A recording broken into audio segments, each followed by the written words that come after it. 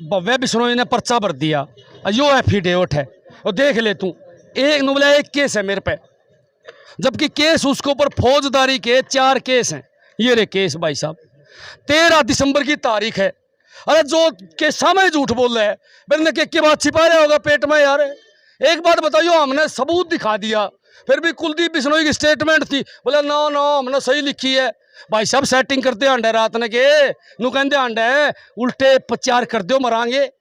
ये तो भाई साहब एक बात मेरे समझ में नहीं आई, जय कानून सही तरीके से काम करेगा, जय कमीशन ईमानदारी से काम करेगा, निष्पक्ष काम करेगा, तो भव्य बिश्नोई का जो पर्चा है वो रद्द मिलेगा आपको भाई साहब।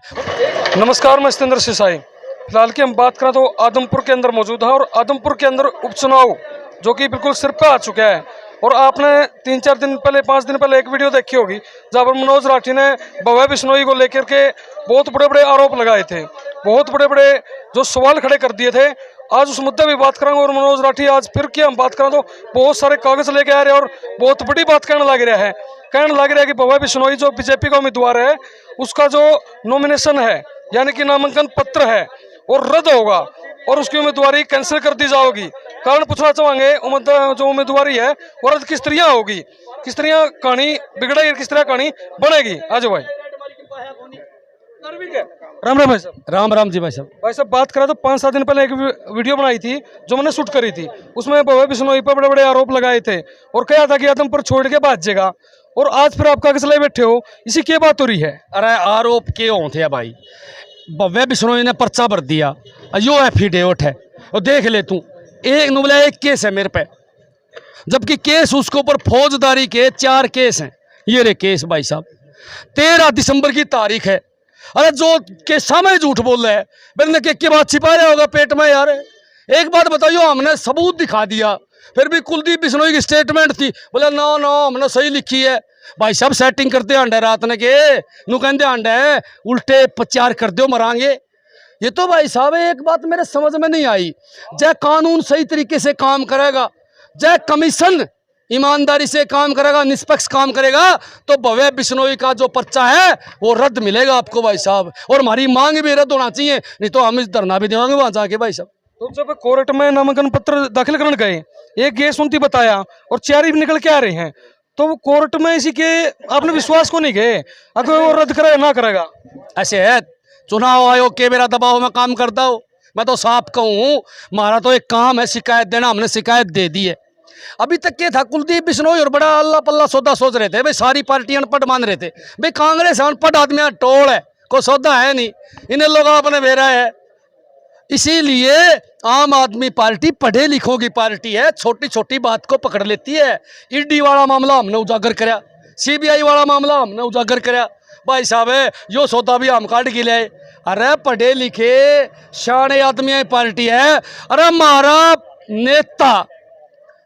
नेता अरविंद केजरीवाल IAS है भाई साहब, और ओढ़ ले मारा ताऊ खटर बेरा ने के पास कर रहा है, कौन नहीं कर रहा बेरा ने भाई साहब। शिक्षा मंत्री अनपढ़, अल्लू ठल्लू सारे मंत्री बना रखे ने, कोई गंजे कोई पंजे। हाँ अपनी इनकम ने सही फलानी आवे, ढूंढ भर लिया ने, अपा कपास का कौन ढूंढ भरिया करा, नून ने रुपया का ढूंढ भर लिया, सारा लीडर ने लूट के खा गए बैरी गए हट सारा सौदा हमारा।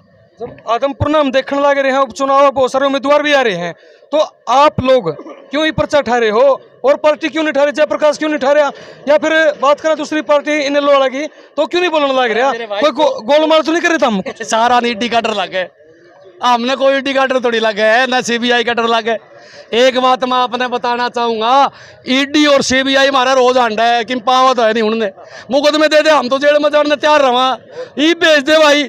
लेकिन भाई साहब ये SC में रहे हैं कांग्रेस वाले, SC से बाहर नहीं निकल सकते, और सान डेली फिर समझ गया ये जेल में जी को लगाने का। इसीलिए भाई साहब ये पटक देनी सेटिंग कर लेते हैं, और इसीलिए आज कांग्रेस इनेलो मिलके कुलदीप ने जिताने का चक्कर में भाई साहब। वो किस तरह जिताऊंगा एक बार क्लियर करो, दर्शक देखने लग रहे और आदमपुर की जनता भी देखने लग रही है।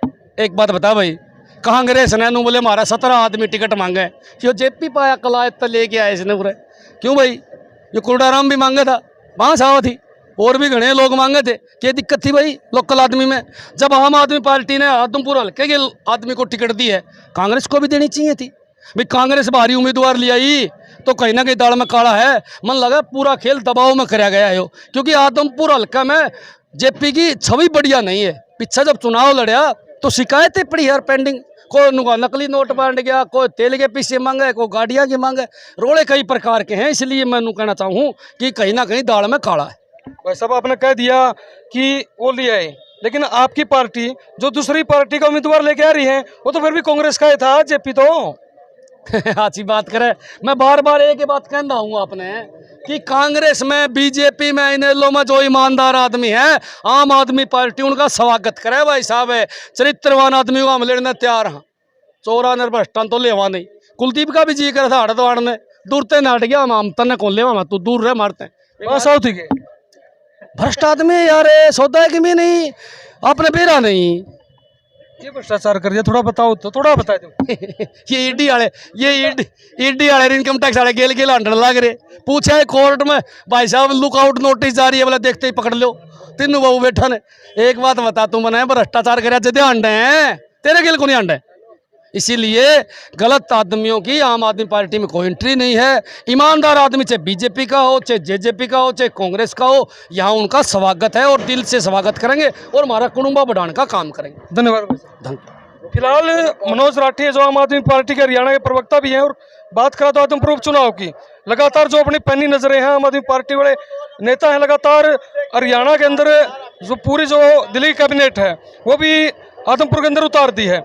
अलग अलग जो नेता हैं गांव-गांव जाके प्रचार करने लग रहे हैं। और आपका बाकी क्या मानना है, वीडियो शेयर जरूर कर दियो और कमेंट जरूर करते रहिए। इसके अलावा अपने वीडियो में विराम दूं।